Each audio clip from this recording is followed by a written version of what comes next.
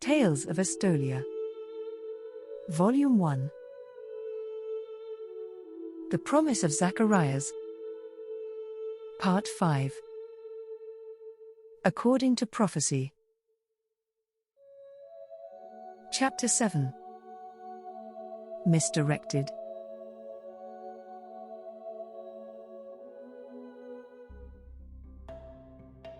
Max and I were nearly 11 years in exile. Prior to finding Archales, for Max, it was essential to spend time learning about orthopedics.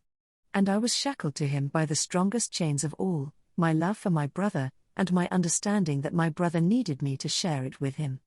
Later in life, I came to realize that there was more to that sojourn in London than I could comprehend at the time.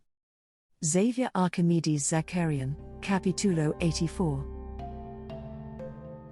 Callista closed the apartment door and leaned against it. The familiar apartment was the same, but she felt like she would never be the same. She automatically plugged her phone in the charger, and settled her keys next to the phone. The large bulky padded envelope was resting on the bureau. Once again, she turned it over to see if there was a return address on the back, but it was blank. Maybe she would open the letter eventually, to try to get the mail to its destination. The contents surely had additional clues. Early on Christmas Eve, 3 days later, Callista was pulling the mail out of her box when she saw the apartment manager, Trent. He was wearing a fuzzy red and white Santa hat. With a sudden inspiration, she asked Trent, "Is there a tenant in the complex by the name of Leon Zacharian?" Setting his chins to wobble uncontrollably, he nodded with a jovial smile. "Indeed, there is." His expression settled into the overdramatic mournful look he often wore. "However, even for a tenant as lovely as you, I can't give away personal information without permission." She laughed. Trent was so delightfully absurd. She respected the apartment manager. Orion had described him as the type of individual who would jealously guard his tenants and their rights to privacy. She considered giving Trent the bulky envelope, but she didn't want to pass it through an intermediary. "The next time you see him, could you ask him to stop by and see me?" "I'll text him."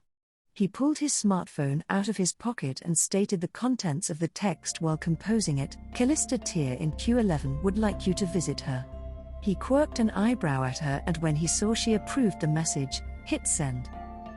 Leon's phone chimed, his pre-programmed sound for a text message. He ignored it, focusing instead on the painting on the wall of his spacious living room. It was one of his Aunt Catherine's paintings. It depicted the sun slicing through ominous storm clouds over Mount Zacharias. In college he was homesick. But now, he missed Estolia at the cellular level. In a week, he would be 30. The birthday that would define the rest of his life. Yet, despite his faith, and deep-seated belief in the customs of his people, he was pessimistic. It seemed unlikely that some woman would just magically materialize in his life. He had lived here in Phoenix, Arizona on the advice of both his brother and his uncle. It was the loneliest 11 months of his life. His Bendelora, his blessing at 18, stated he would find the woman who would keep his soul safe and place it within her safekeeping a full week before his birthday, and that it would be sanctioned on his birthday. He stood up and crossed the room to where he kept his car keys and cell phone. His movements were jerky, his carriage rigid. He closed his eyes and took a deep breath. Then a second and a third. When he felt a measure of peace seep into his soul, he opened his eyes and looked at his phone. Why was the apartment manager texting him? He read the message and then frowned. He did not know anyone by the name of Callista Tier, though there was something familiar about her last name. With only his dark thoughts to keep him company, he opted to visit his neighbor to find out what she wanted. The walk would do him good. He was halfway across the vast apartment complex when it began to pour and, within seconds, he was drenched. He increased his pace, punctuating his steps by swearing in every language he knew. When he got to the apartment he was looking for, he rang the doorbell just as the rain gutter over his head began pouring down on him as thoroughly as if he was standing in his shower. Callista had every conceivable financial document laid out on her dining room table. She would have to move in 6 months. But long before then, she would starve to death without some form of income. She grimaced at her left ankle. The doctors did a splendid job of making it look normal. But it still could not withstand the rigors of a job where she stood all day long. So far, her search for a job yielded nothing whatsoever. The loss of her scholarship would only hasten the fiscal crisis she was facing. When her grades suffered, a year ago, after the loss of her family, the university granted her a waiver. But after her hospitalization and the funerals, she was on a downhill slide towards poverty. Only her brother's habit of always paying the rent far in advance, and her scholarship kept her afloat, barely. But now she was heading for financial ruin. The doorbell chimed. She dropped the bank statement she was glaring at and gratefully left the muddle of her finances for the mundane of answering the door. It was pouring outside and the man standing on her doorstep was soaked. He was tall and lean, with dusky skin, dark hair, and light eyes. Water was pouring onto him from a broken rain gutter. It would continue until the storm abated. "Come in, please," she said hastily, opening the door wide.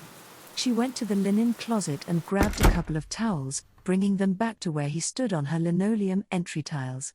Water was cascading off him. He took the towels gratefully, drying his face, arms, and hair. When he was done, she eyed the spreading puddle of water on the floor, and told him, "Just leave them on the floor." He looked down, no doubt noticing the puddle still growing and heading for her carpet.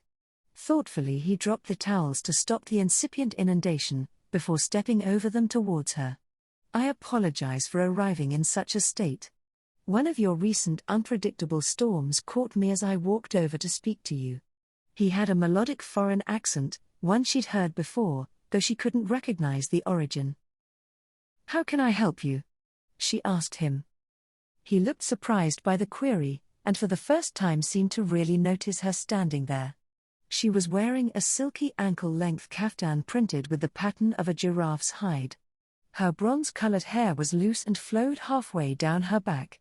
He stared at her with a frown, as if he did not understand English. Callista repeated, "Can I help you with something?" "The apartment manager sent me a message asking me to contact Callista Tier at this address." He faltered to a halt, his brow wrinkling in a troubled frown. He continued hesitantly, "My name is Leon Zakarian." "The package. I asked Trent to contact you." She moved over to the table and picked up the bulky envelope. "I received this in my mailbox, but it's addressed to you.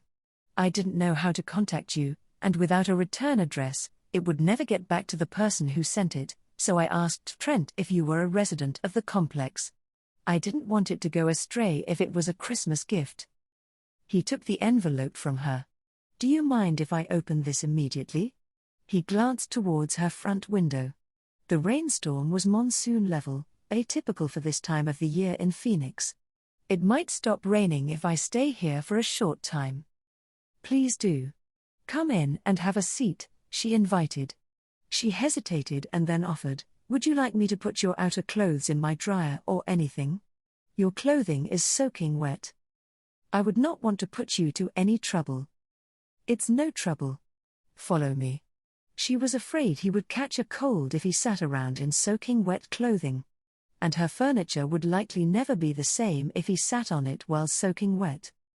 She led him to the bathroom. "You're the same size as my brother. I'll bring you his robe." He did not need to know that her brother was no longer alive.